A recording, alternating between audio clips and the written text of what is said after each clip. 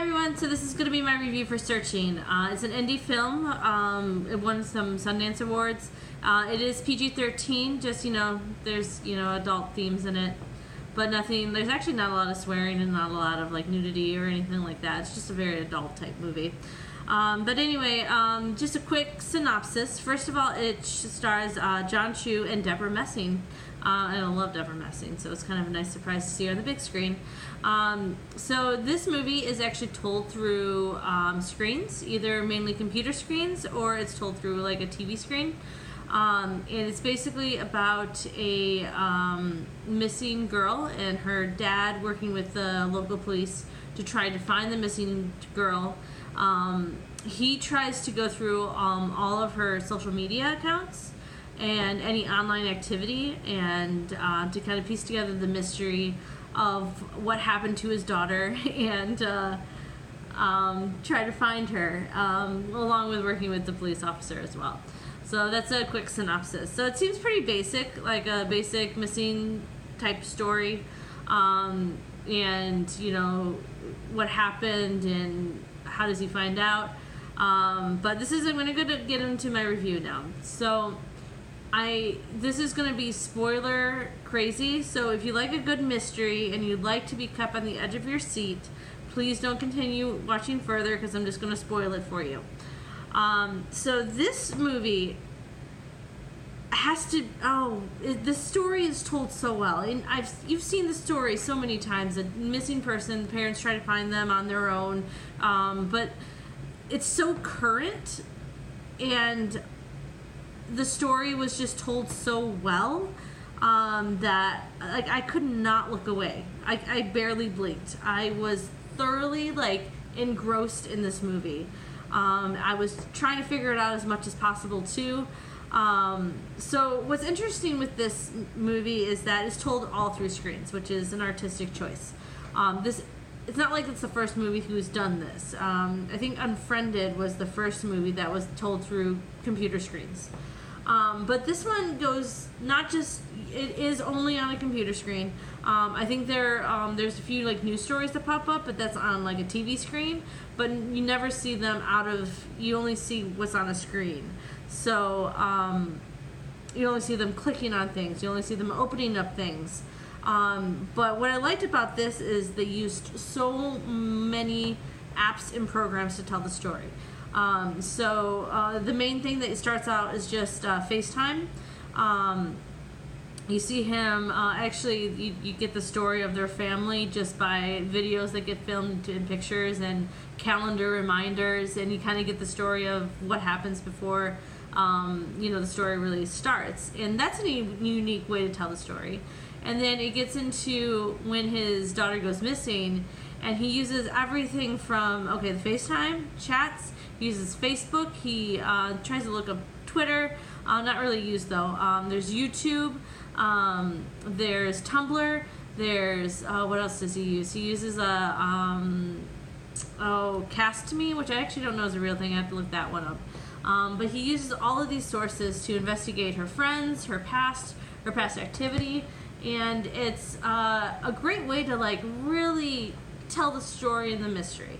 But what it really does is it comments on how we live our lives today, and that's reflecting, just every day. And it's weird because I grew up as a teenager in the 90s, so social media wasn't a thing then, and your life was kind of only a couple-sided, really, because you weren't really allowed to really hide a lot of different sides of yourself and who you're communicating with. But the internet and social media allows us to create anonymous profiles, allows us to keep certain things broadcasted. We can be as open as possible, we can be as private as possible, because we can limit who sees what. And there's so many different social media programs out there, and each program is going to have a certain following, because some are going to be private, some are going to be public, some are only going to be certain people can see it. It made it when he first started searching for her, he couldn't see her Facebook because it was private. He couldn't see her Instagram. That was another thing they used because it was private. And he eventually was able to reset all their passwords and get into it, which is really fun. But it does comment about how our lives are told through the internet, and basically, if anybody wants to piece together our lives, it's actually not even in our computer hard drives. If you think about it, it's actually in the cloud, because it's saved on servers and on the cloud. So even if a computer gets destroyed, you're still going to be able to have access to a ton of information. And it's, it's a comment also, on me, because every aspect of my life and every group of people that I know in my life almost see a different side of me, So I have work, and so my coworkers and my co-managers, they only really know me through like our group chat, our emails, and then some of them are on Facebook. But really, that's all they know this side of me. And then you have my group of friends. Now, my group of friends have access to my Instagram and my Facebook, and they're able to, it's kind of like I am friends, but I use, Facebook to be friends with everybody else. So it's like my most public life. But then I have my family. Now, my family only has access really to my Facebook, not my Instagram. My Instagram is a little bit more arty, and sometimes I comment on things. So they are only really seeing one aspect as well. And then, there's Twitter, there's Kit, and there's all of these different aspects that tells the story of who I am. But really, work only knows, a certain part of my time. And then friends only know a certain part of my time. But if you were to be an investigator, and let's say I go missing tomorrow, you would have all of those resources, and it's almost like The Circle too, a little bit. You would have all those resources to piece together fully who I am as a person. Because I'll talk to somebody that nobody else may know. Or I'll talk to a group of friends, but my coworkers don't know that. My friends know that I may be going through something, but my coworkers don't. Or my family knows I'm going really through something, but my friends don't. And so suddenly you can all tell the story together when you find out you interact a little bit. So anyway, it's just an interesting comment of how we live our lives today. And that's what this movie really goes into, is that you could really piece together somebody's life, somebody's daily life, by just using the internet.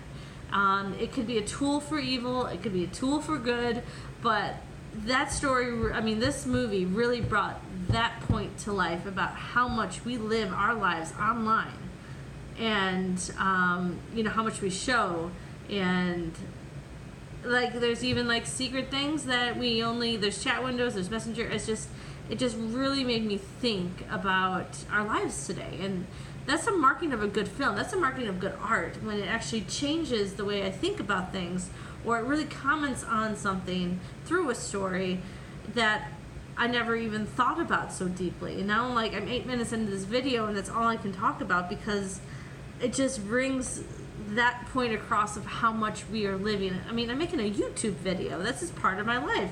If you want to timeline my day, you can be okay, at 12:23 p.m. on Friday night, or a.m. on Saturday morning, she was making this video. So it looks like she just saw this movie, so we can go to the movie theater and find out when she walked in the building. It's just amazing what you can do and how public our lives truly are right now. Even crazy things do you know that on your Google Maps, it actually saves every place you go that you have your phone on you? I can go to last Tuesday, click on that day in my Google Maps, and it'll tell me everywhere I drove in my car, how long I was at a place. Is that not creepy? But at the same time, if I go missing, that's great resource for people trying to find me, right? So anyway, it's just a great way to tell a story. All right, so but the story was good itself. The story and the characters, I was fully invested. John Chow was amazing. You felt so bad for him. He's just a normal dad trying to find, and you're oh, he's finding that his daughter isn't really who he thought his daughter was. And so you really were pulling for him, and you're hoping that he was the one to solve it. And yes, he did solve it through social media by being more aware of what was going on. So, so good. There were a lot of the suspense was good, and there were a lot of red herrings. But I've seen, when you see so many movies and you read so many books, you can tell when the red herrings are going to be fake. There was one, the brother one. I still, until like the last 20 minutes, I thought it was the brother for sure. Even after the confession and suicide and the guy who said he did it, I was just like, nah, it still has to be the brother. But it wasn't, and I was shocked because there is no way you really could have predicted who done what. The story is just set up for, there was no red herring there, and so it's kind of like, oh. And then when you heard it from her point of view, then you got to retold the story and the investigation from the person who knew everything, and then you're like, oh, but you were never clued in to that. But I didn't mind that at all, because I kind of liked that twist. I really liked the twist and who the bad guy was in the end. Really, really loved it. But being that I see movies a lot and I read stories a lot, I had to say I caught it on pretty early that I knew kind of what was going to happen, because at the very beginning, when it was like first day, they take a picture and it's like first day of freshman year high school, and you see them like standing outside the high school sign, and it said home of the catfish. I was like, oh, home of the catfish. I wonder if somebody's going to be catfished in this movie. And guess what? That's what happened. So, I saw that and I was just like, that's what's going to happen. And it was. So filmmakers try to be tricky, but they kind of gave it away a little bit. Anyway, where's this ranking on my list? This movie was told really, really well. Great acting. Just really, really, so it's going to top it pretty high. Out of 32 movies I've seen so far this year, I'm ranking this at number 5. All right.